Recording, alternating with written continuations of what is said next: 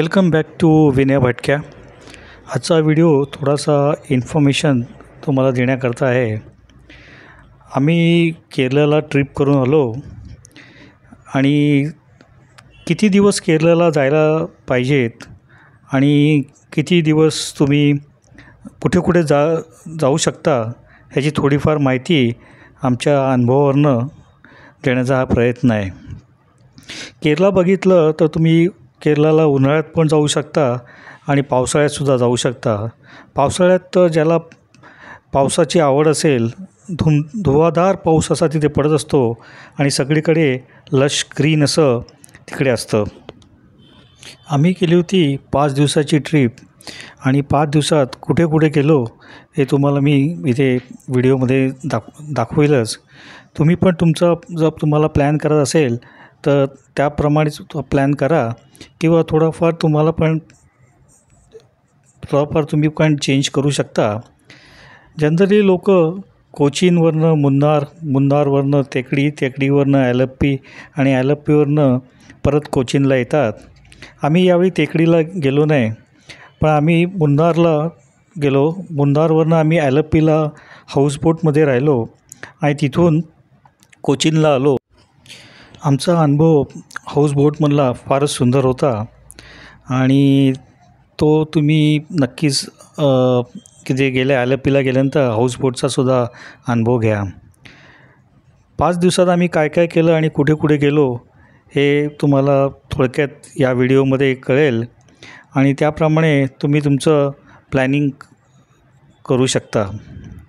केरळ हे अतिशय सुंदर असं हे राज्य आहे, त्यामुळे तुम्ही नक्कीच तिकडे जा आणि तिथूनचं फूड एन्जॉय करा। ॲलप्पीला जाऊन हाऊसबोट एन्जॉय करा। नंतर मी अथरपल्लीचा वॉटरफॉल बघितला, त्याला साऊथचा नायगरा फॉलसुद्धा म्हणतात, तोसुद्धा तुम्ही नक्की बघा। तुम्ही जर पावसाळ्यात आज असेल तर अथरपल्लीचा वॉटरफॉल अतिशय सुंदर आहे।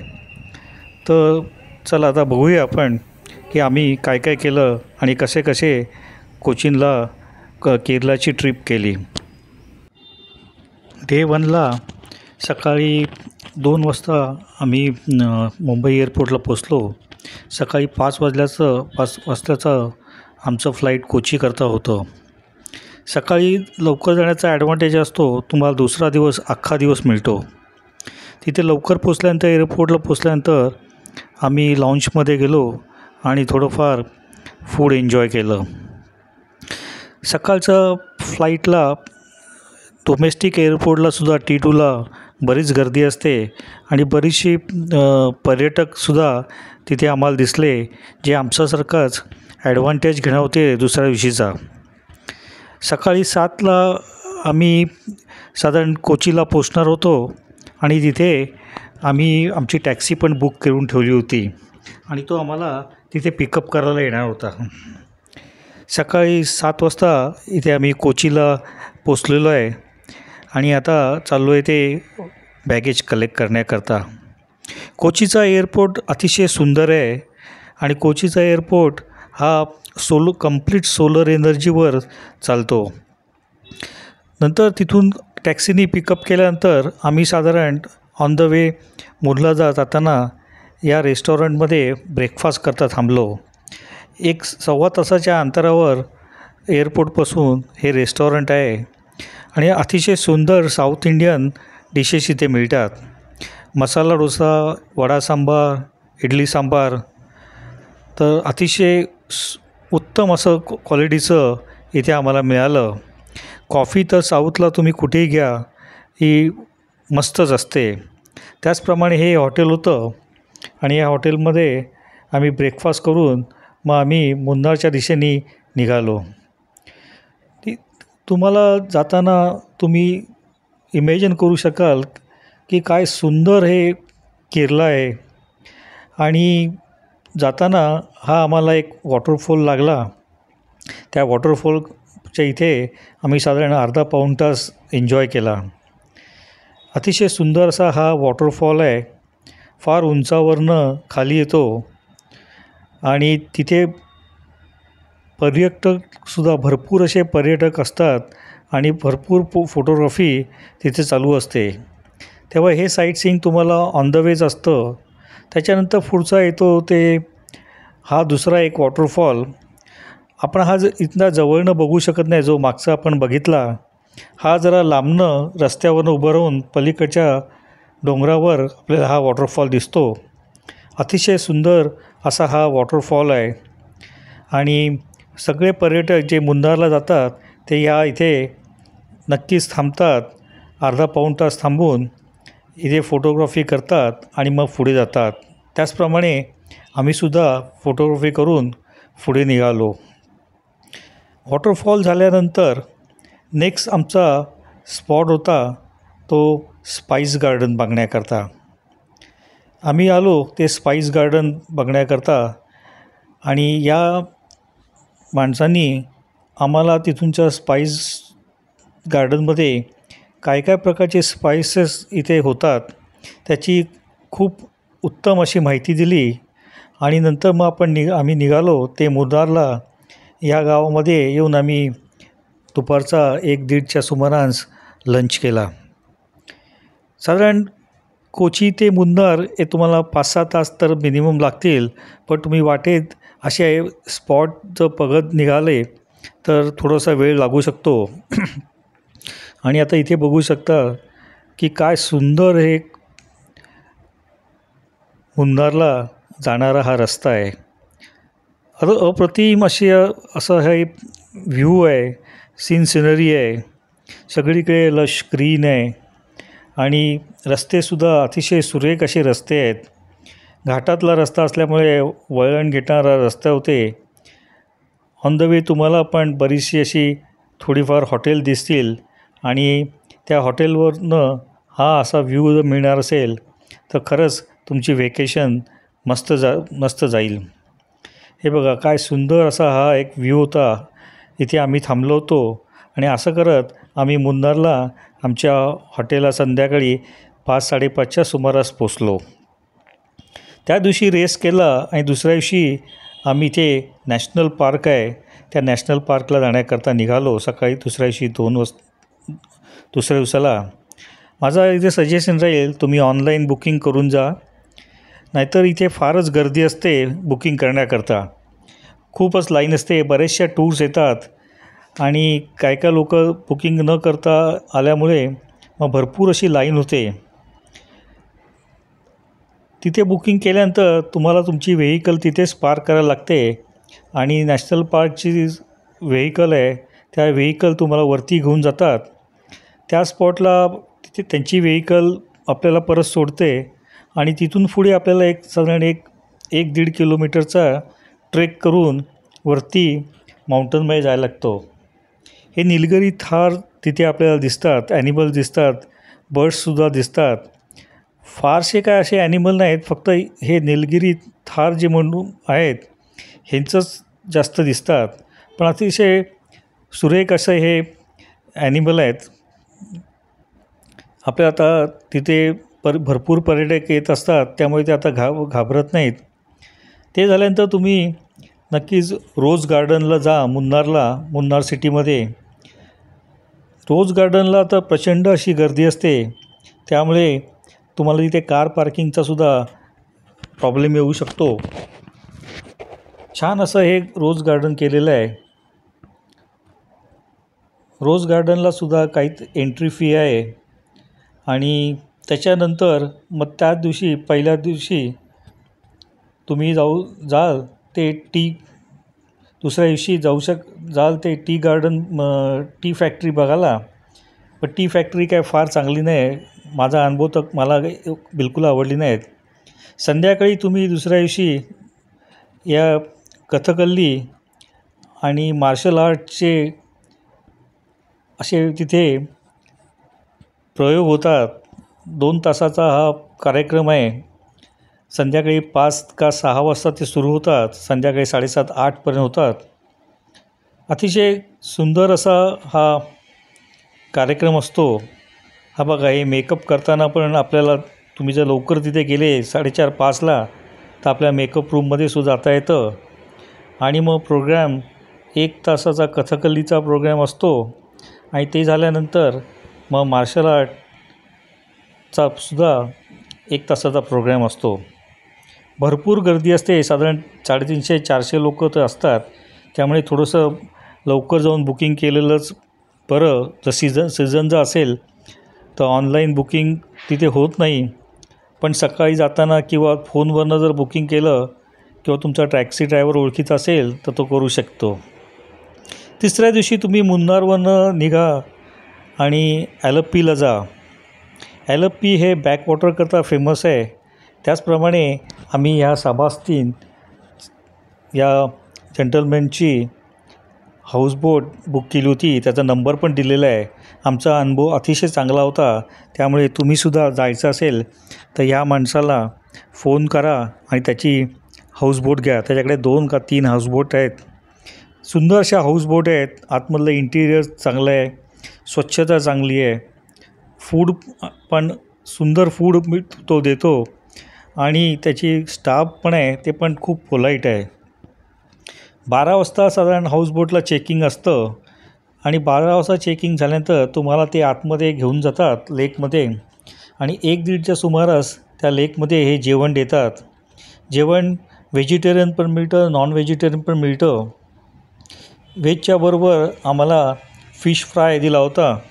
अतिशय सुरेख असा टेस्टी केरळाचा फेमस जे काय फिश आहे त्याचं फ्राय फिश होतं.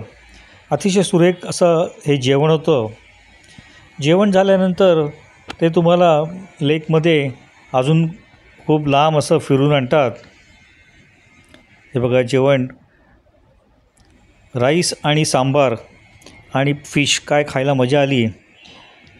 लेकमध्ये तुम्हाला निरनिळ्या टाईपच्या अशा हे हाऊसबोट दिसतील.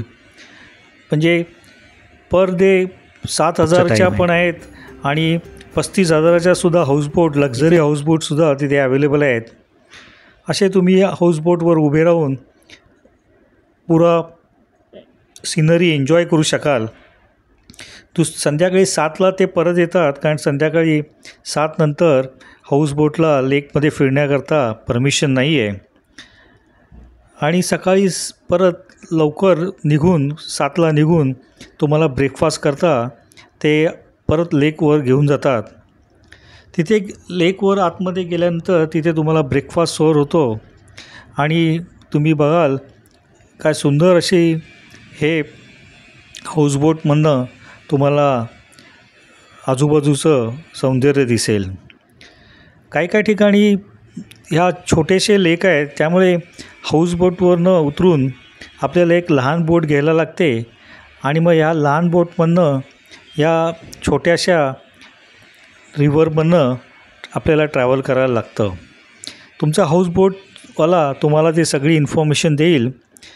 अशी खूपच फिरवतात आणि मग 4थ्या दिवशी तुम्ही निघा ॲलप्पीवरनं कोचीला. काही लोक ॲलप्पीवरनं टेकडीला जातात, पण आम्ही ॲलप्पीवरनं कोचीला गेलो. जाताना बघा इथे केरळाला हे पब्लिक ट्रान्सपोर्ट बोट म्हणून वापरतात आणि हे इथूनचं हे मेन स्टेशन आहे. इथून बरेचसे बॅकवॉटरमधनं केरळाची लोकल लोक प्रवास करतात. भरपूर अशी गर्दी असते ह्या जेटीवर आणि लोकल आपल्याकडे बसेस असतात, त्याचप्रमाणे ह्या बोटी लोकल ट्रान्सपोर्ट म्हणून वापरल्या जातात. इथेसुद्धा खूपच सुंदर असा तुमचा टाईम जाऊ शकतो. ऑन द वे तुम्हाला हा एक छान असा बीच लागतो. आम्ही त्या बीचवर सुद्धा एक अर्धा पाऊण तास गेलो. हे ऑन द ॲलप्पी कोचीच्या रोडवरच हा एक सुंदर असा बीच आहे. 2 बीच आहेत तिथे. आम्ही एकाच बीचवर गेलो कारण आम्हाला कोचीला लवकर जायचं होतं. बघा काय सुंदर असा हा गोल्डन सँड असलेला बीच आहे. पाणीसुद्धा क्रिस्टल क्लिअर असं पाणी आहे. पाण्याचा कलरसुद्धा ब्ल्यू कलर आहे. बरेचसे पर्यटक इथे आले होते, पण त्या मानाने इथे गर्दी थोडी कमीच असते. या खुर्च्या ठेवलेल्या आहेत. या खुर्च्यांवर बसायचे 100 रुपये पर आवरचे ते लोक चार्ज करतात. तुम्ही जेव्हा कोचीनच्या जवळ येता तेव्हा तुम्हाला हा सिटीमधला ट्रॅफिक लागायला सुरुवात होते. कोचीसुद्धा अतिशय सुंदर असं शहर आहे. भयंकरच ट्रॅफिक आहे. ट्रॅफिक जाम भरपूर आहे. आणि मग आम्ही इथे गेटवे हॉटेल हे जे मरीन ड्राईव्ह तिथे म्हणतात, आत्ताच झालेलं आहे ते मरीन ड्राईव्ह सर, आणि 2 वर्षापूर्वी त्याचं 1-1.5 वर्षापूर्वी उद्घाटन झालेलं आहे. तिथेच आम्ही हे हॉटेल घेतलं होतं. काय सुरेख असा व्ह्यू आमच्या हॉटेलमधनं होता. आणि हा आहे तो मरीन ड्राईव्ह. साधारण 1-2-2.5 किलोमीटरचा हा वॉकवे तयार केलेला आहे. सुंदर असा हा वॉकिंग करण्याकरता सकाळी किंवा संध्याकाळी तुम्ही इथे नक्कीच वॉक करायला जा. इथून साईटसीइंग करतासुद्धा बोटी निघतात आणि दूरदूरच्या ठिकाणीसुद्धा इथून बोटी सुटतात. लोक इथे बऱ्याच बोटिंगचा वापर करतात लोकल ट्रान्सपोर्ट म्हणून. तर पर्यटक म्हणून तुम्ही इथे नक्कीच ह्या बोटी साईटसीइंग करता घ्या. आम्ही साईटसीइंग करता ही बोट संध्याकाळची घेतली, त्यामुळे आजूबाजूचं तुम्ही बघितलं तर काय सुरेख असं लाईटिंग आजूबाजूला दिसत होतं. याच इथे मोठमोठी हॉटेलसुद्धा आहेत आणि त्यामुळे त्यांची जी रोषणाई होती त्यांच्या हॉटेलवर किंवा बिल्डिंगवर, ही बोटमधनं अतिशय सुरेख दिसत होती. तर माझा ॲडवाइस राहील की तुम्हीसुद्धा हॉटेलला ह्या बोटिंग करता संध्याकाळीच बोटिंगला नक्की जा. साधारण 100 का 125 रुपये ते लोक चार्ज करतात. तर तुम्हीसुद्धा ती बोट घ्या. नंतर दुसरा डे 5ला आम्ही गेलो ते कोचीनचं लोकल साईटसीइंग करण्याकरता.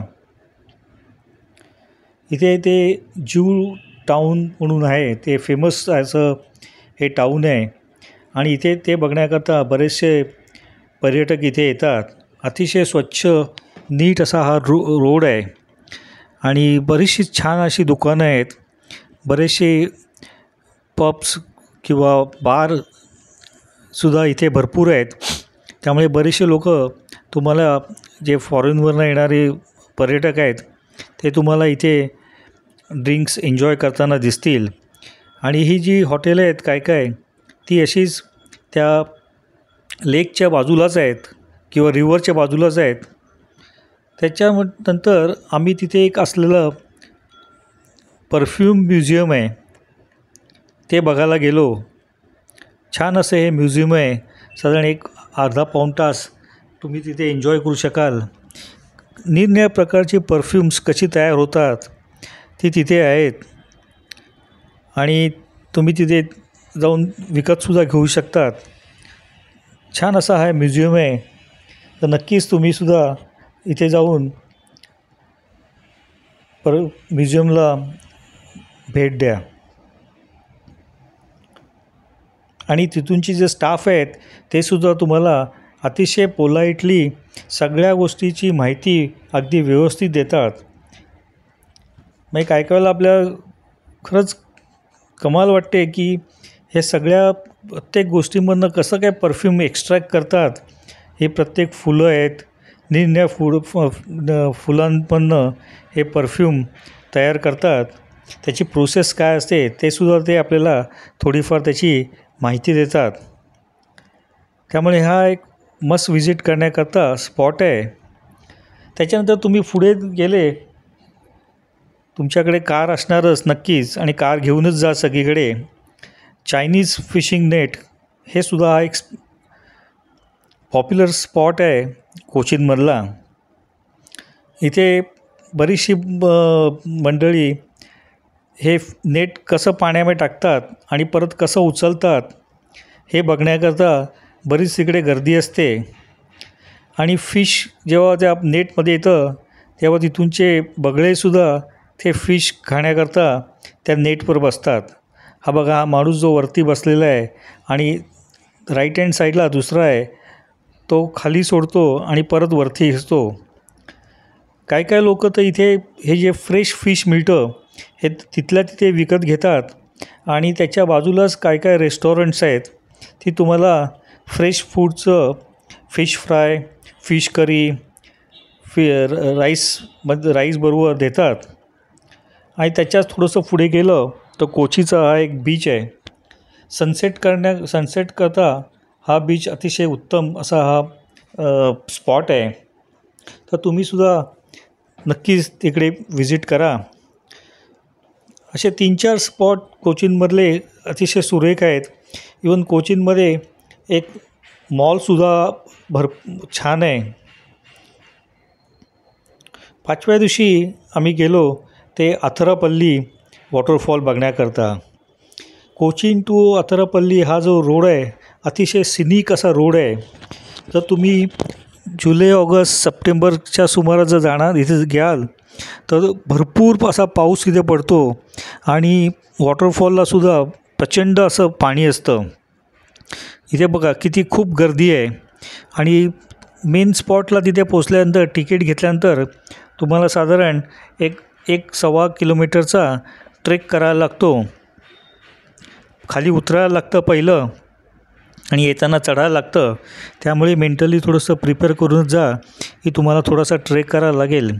तसं काय ट्रेक फार काय असा कठीण नाही आहे, पण सिनियर लोकांना काय लोकांना प्रॅक्टिस नसते, त्यामुळे थोडाफार दम लागतो. पण याचं वर्थ आहे तिकडे जाण्याचा. हा बघा काय सुंदर असा वॉटरफॉल आहे आणि याला साऊथचा नायगरा फॉल म्हणून म्हणतात. आता तुम्हाला हे 3च फॉल दिसत आहेत कारण पाणी अजून आलं नव्हतं, नाहीतर तुम्हाला सगळ्या ह्या रॉक्सवरनं कंप्लीट पाणी दिसतं.